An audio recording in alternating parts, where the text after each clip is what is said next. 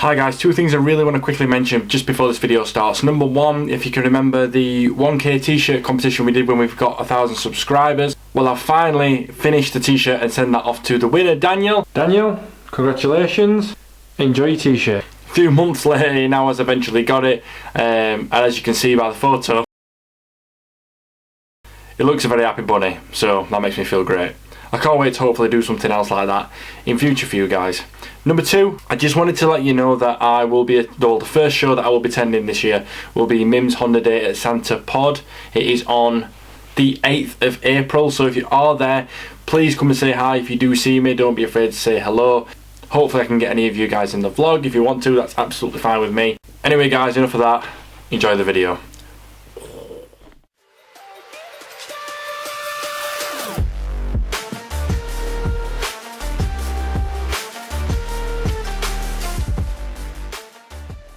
Hello guys and welcome to today's video.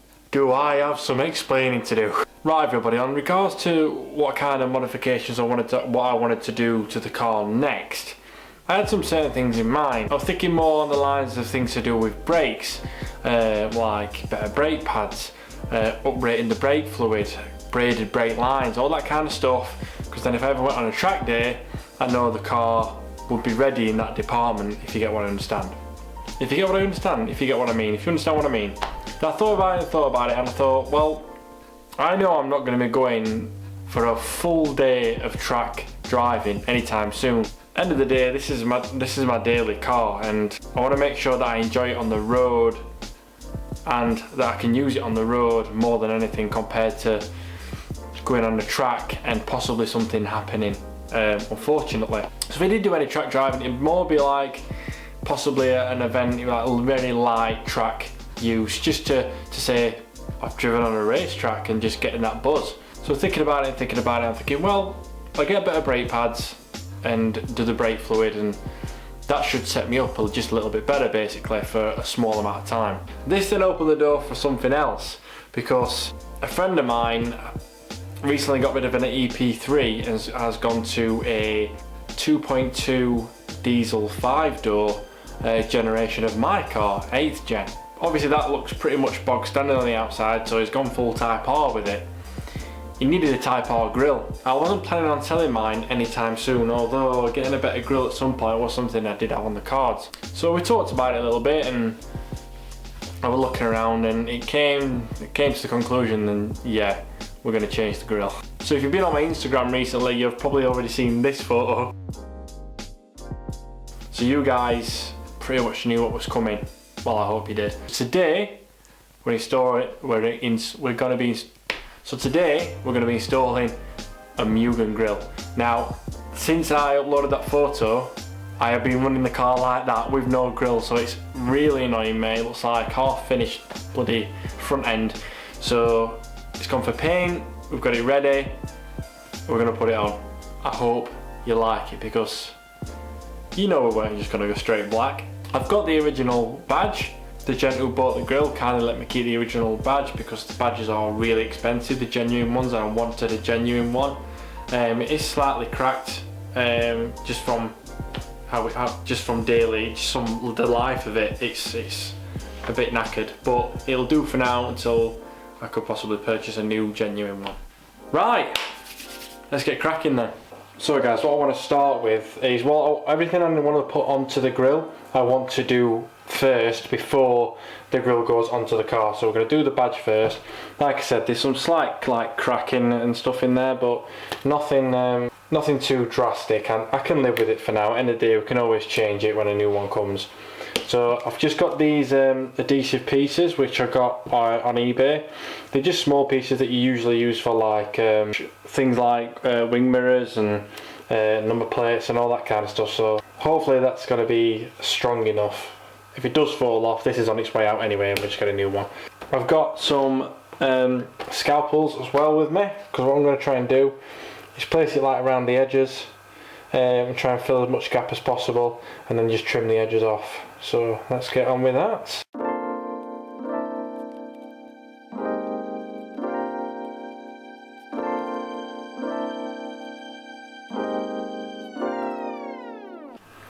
Right, Right, so to be fair, that was pretty much the perfect amount, so that's like that at the minute. Obviously you've got these edges here, so I'm just going to trim those off with a scalpel, and then it'll look nice and slick.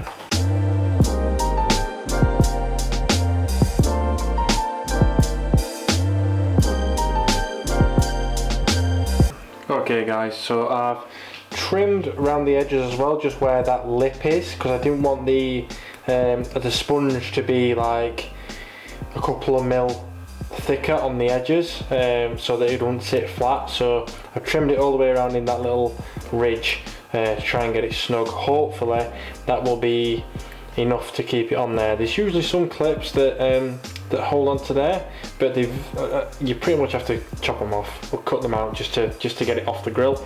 You can't really reuse that point, so as long as they're lined up right, hopefully this will stay on. We'll see. So guys, obviously you've not seen the grill yet, you've not seen it painted, so this is the outcome of what the grill's gonna, well, the finish of the grill. It's different. It's not black, it's not all one colour. Well, I hope most of you like it. I like it, and that's all that matters really. So this is what it looks like.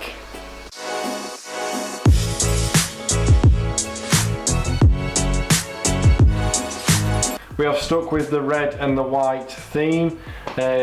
We've gone 2 colours on this. It's been masked off and painted pearl white on the top, which you should be able to see that lovely pearl shine, if I can get a good angle. Just a good shine. Wow. And then we've got the Milano red on the bottom, no black.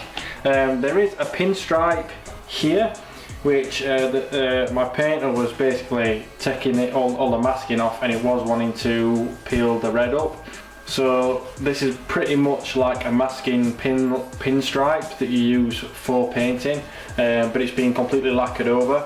It's a slightly brighter red, and I'm not gonna lie, I kind of like it. It's different, but from a distance you don't notice it. When you look up close, I think it highlights the white.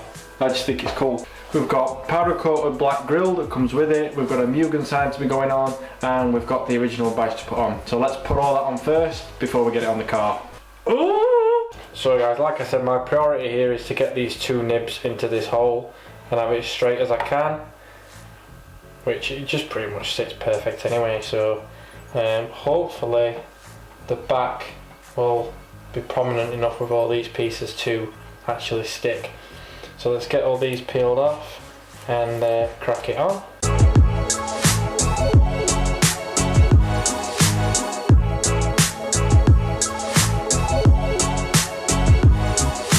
I'm obviously going to get loads of fingerprints all over this, and the car's absolutely loppy at the minute, so when we get all this lined up, and when we get it all on properly, and when it gets polished as well, it should all come into place.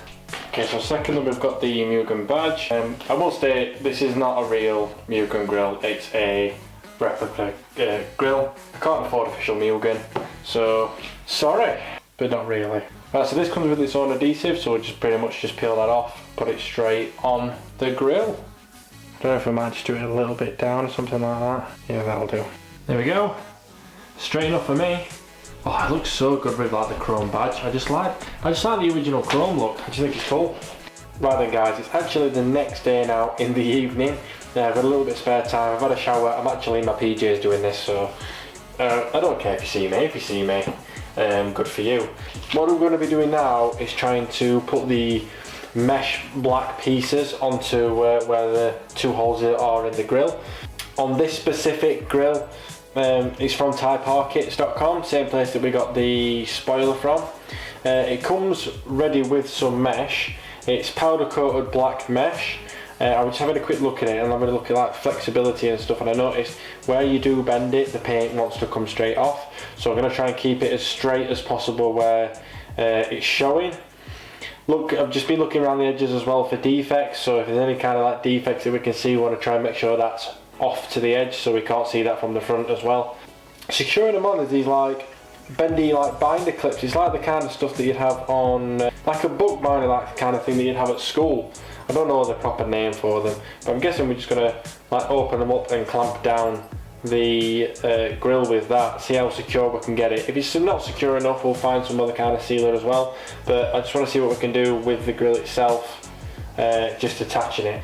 I think we're going to have to snip some edges off because there's obviously not enough room to bend this all the way around. See what we can do first, I'll let you know how it goes. Right guys, what I'm actually doing, I've got a little technique going. I'm using these very small, like spring-loaded, long, like pinch nose pliers.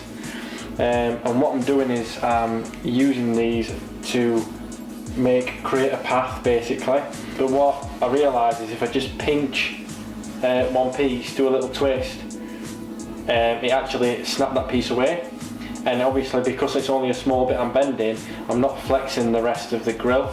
So I'm going to carry on with that technique and pretty much whilst trying to keep this as straight as possible because we want the grill pattern to be as flat as possible on the other side.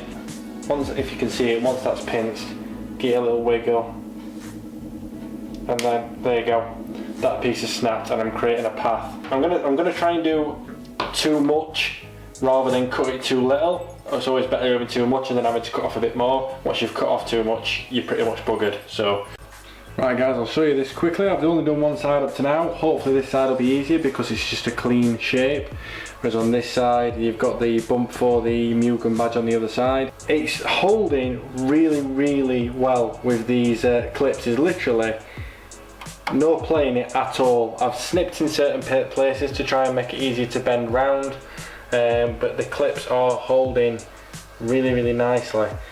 I've made a complete mess of the side and I've got it on these kitchen towels, so Francesca's going to flip out unless I get rid of this, and she's on her way home. So, oh, and for ease, I were using these bigger pliers just to sometimes grab it and bend it round. Sometimes it's a bit further in and you can't get to it with these, but for smaller edges, because it's not as sharp, loads easy to use, loads easy.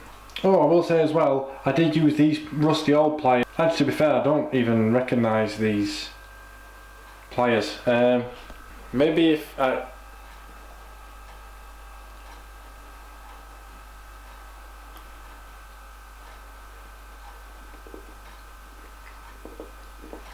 Not bad.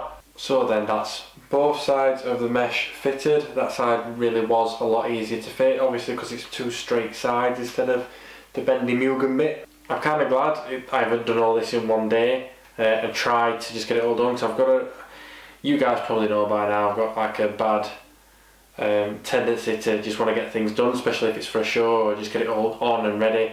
And I just want to be careful and do this right. Looking at the weave of the mesh, knowing that one side and the other side, the weave looks the opposite way around. I didn't want to put them on and one reflect the light the opposite way the other one does because the mesh is the opposite way around. Just things like that, just take your time. At the end of the day, there's always going to be another show to go to, and that's something that I've had to teach myself. So that's the back and that's the front. I'm proper pleased with that. I can just see like the reflection in my door at the minute, and it's just, I can't wait to put it on.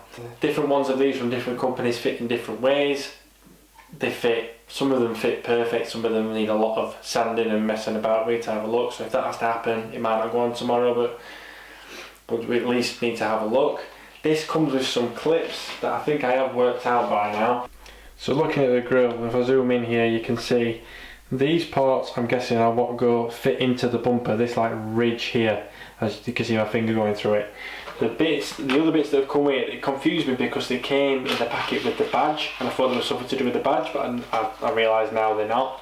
One of the scariest things to do is to drill through fiberglass, which is something I want to avoid, and I've heard from other people it's something you should avoid doing unless it's a last resort. Luckily, I think these clips that come with it, I think they probably in some way fit on like that. Obviously it'll be pushed down, but I'm not going to do it yet, whilst the bumper's there as well, so it might go through, the screw might go through the plastic of the bumper, but I don't know yet until we test it out and have a look. But it's nice to know that there's just a bracket with a ready-made hole for the screw to go straight into and clamp onto the bumper. Perfect. Hopefully it'll fit perfect, but that's hoping. So I'll see you when it's light in the morning and we can get this on. I've got to stop doing that. It's full on like TJ Hunt style. I don't know. Right guys, it's the next morning. Luckily the sun's out a little bit. It is still pretty cold, but it's not windy like the last video. So, well, the last time we were out here waxing it up, that was a horrific wind. Obviously I've already had to take the front bumper off, which is one of the options to get to the grill easier. Some people say they can reach down and get all the clips off, but I found it easier to take the bumper off, which a lot of people do. The main thing you need to start with is take this side trim off here. Just be brutal but gently at the same time, if you know what I mean, because there's a screw which is literally up here that keeps this end of the bumper on, so you pull that off under that screw. Same on the other side. Underneath, you probably better jacking it up to try and to see it properly. You've got basically a set of, it mirrors it from each side, but you've got clips, then there's like a screw, then there's like another set of clips, and then a bolt, and there's 2 bolts here. One of mine actually snapped, so I'm only running on 1 bolt, but the clips all the way around and the 2 screws and everything, and the screws on the side, it's still pretty sturdy, but I'm going to look at replacing that eventually. Once you've undone all them, start pulling the bumper out from the edge, bringing it all the way through here. All these clips will pop out, you have to be quite vigorous. Out from the grill, you can see all of these points here, which are probably going to be the points that go into the new grill, and same from the other side to the centre.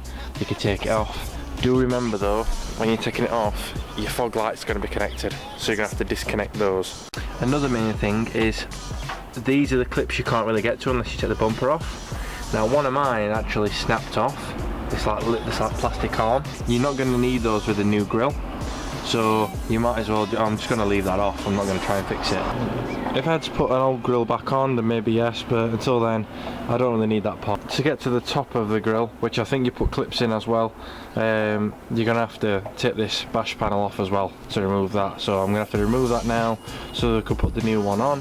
One thing I would say, buy yourself a bag of fresh clips, because I don't have a clip here, don't have a clip here. Some of that one's just pretty much broken. That's just like the inside of a clip. This is loose, you know what I mean? So get some fresh clips, especially because you'll probably end up accidentally breaking some, taking them off underneath the bumper as well. So it's always good. Right, let's get the bash panel off and make room for the new grill.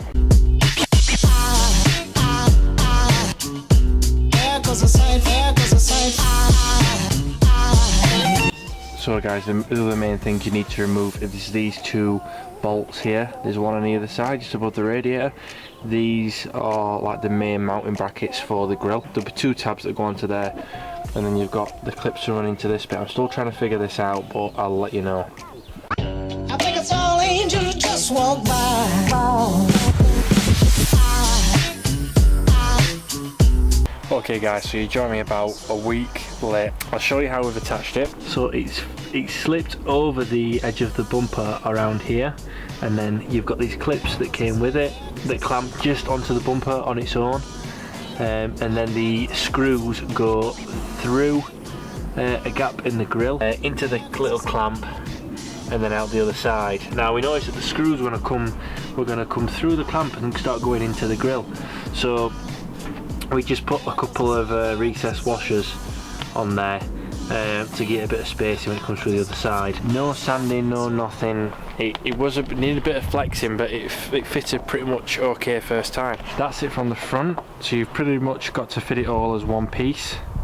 So hopefully it all lines up correctly with the headlights and where you attach it to underneath the bash panel. It's slightly different red, but hopefully when we get it all cleaned up, because the car is loppy at the minute, and when we get a good polish, it'll get a little bit closer. But other than that, that's going to look so cool when it's on. What I've done is I've used a toolbox to keep the bumper elevated, because we're going to move it closer, and then I can reconnect the fog light lines, wiring, back up to there without stretching them basically, and then we can pop them all in the clips again and get it all back on. Right guys, so we've got all the clicked in clips along the bumper all clicked in on the top and on the side yet, because there's a screw that goes in that side, screw that goes in that side, like I've said before.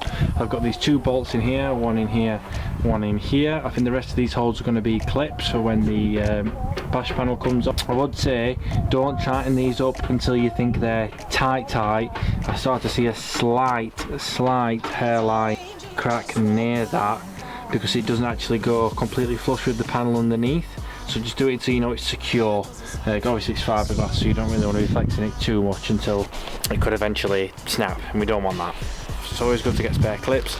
Big ones are underneath and on the body panels, I'm guessing, and under the bonnet there's smaller clips. These are the thick ones, so I ended up getting both just because I got the big ones and I realised they didn't fit. God, I'm sorry, I've got such a runny nose. So I get the bash panel on and I put the fresh clips in as well.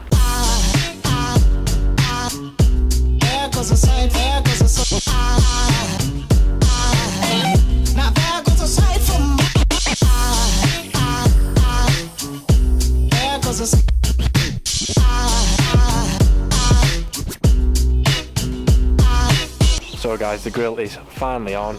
I really love it. I can imagine some people probably won't like it, but at the end of the day, when you see that, you're gonna know it's my car, and that's the main thing I wanted.